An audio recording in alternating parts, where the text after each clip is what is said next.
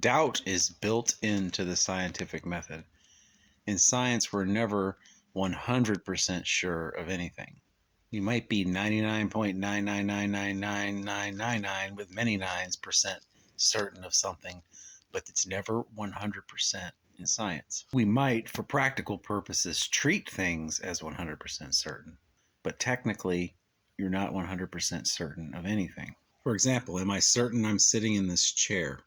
I'm so confident that I'm sitting in this chair that I behave as if it's 100% certain that I am. But it isn't. I might be asleep and dreaming. The fanciful ideas of us all being inside a computer simulation. We're not 100% sure that's not true. And yet, when we're doing science, we often ignore this point because over time we've learned that it would take a tremendous amount of more time to account for that in every form of scientific research that we've determined that it just isn't worth it.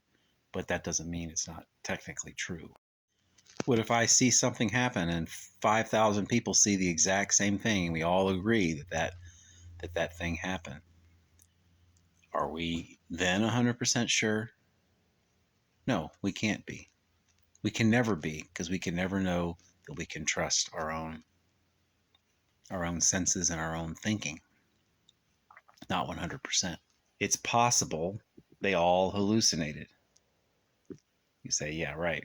The probability is very, very small, but it isn't zero. Let's say a crime has been committed and the police collect DNA evidence and they compare the DNA sample that they collect at the scene with a DNA sample that I give them. And they say, this is a match. Are they 100% sure? Well, they can't be 100% sure because however unlikely it is technically possible that another person could be born with the exact same DNA sequences that I have. And that's not just talking about identical twins. It's possible there can be not just someone who's very similar to me, but exactly like me. It is extremely unlikely. The probability is very, very, very small, but it isn't zero. It's impractical to try to take that into account in every time we're doing science. So often this point is not addressed.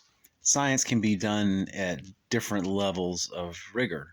Not every scientific inquiry is important enough to give it every last level of scrutiny. Generally, we want the probability to be higher when the cost of being wrong is greater.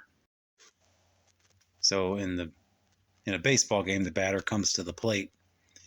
If he can get a base hit 35% of the time, he's doing very, very well. But the cost of failing to get a base hit is small. If an airline pilot can successfully land a plane 35% of the time, that's a disaster. He has to be so close to 100% that we all believe that the probability is 100%. I'm not going to get on a plane that only has a 99.9% chance of landing safely. When we apply this to the idea of the existence of God, we have to know that we're never going to, if we're trying to look at it in a rational, scientific manner, we're never going to get to 100% certainty on either side. With most things in life, we have to decide what amount of risk we're willing to tolerate and then just go with what we've decided. We recognize that, the plane might crash, but I'm going to go with it. I'm going to go on the plane believing that the plane is going to land safely. I'm going to eat the food these people have given me, not knowing 100% sure that they aren't evil people trying to kill me, but I'm going to go in believing that they're not, and I'm going to act as if I'm 100% certain. That's how we live most of our lives. Believing things are certain when they're not. Sometimes we are consciously cognizant of the fact that they're not certain, but other times we just forget about that and we just go on living that way. So when it comes to belief in God, each person has to ask him or herself, Is this question important to me? Does it matter whether there's a God or not? If it does, then the person should consider the reasons for believing in God and the reasons for not believing in God. And at some point, each person has to decide what he or she is going to go with. Another thing each person has to do is, what's the cost of being wrong about this question? If I go with belief in God and I'm wrong, what does that cost me? If I go with not belief in God and I'm wrong, what does that cost me?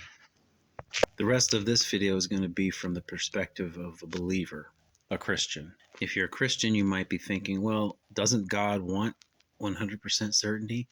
And if I know that I can never be 100%, does that mean I can never be pleasing to God? I don't think God had in mind being 100% certain within the scientific method. It's the difference between being certain and being all in. People who play poker or other gambling games, when they bet all the money that they have, that's called being all in. Now, they aren't necessarily certain they're going to win. Their belief that they're going to win is strong enough that they're willing to put everything in the pot. You're all in when you decide to get on the plane.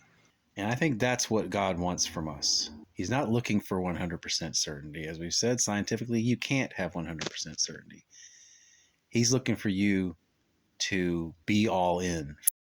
It's possible to believe oneself to be certain and not be all in. It's also possible to have the attitude of Shadrach, Meshach, and Abednego when they were about to be thrown in the fiery furnace. They said, God is able to save us, but even if he doesn't, we're still not going to worship your idols. That's what God wants from us.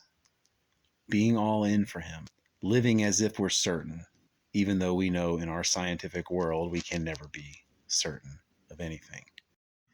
But we can by deciding to be certain, by deciding to be all in.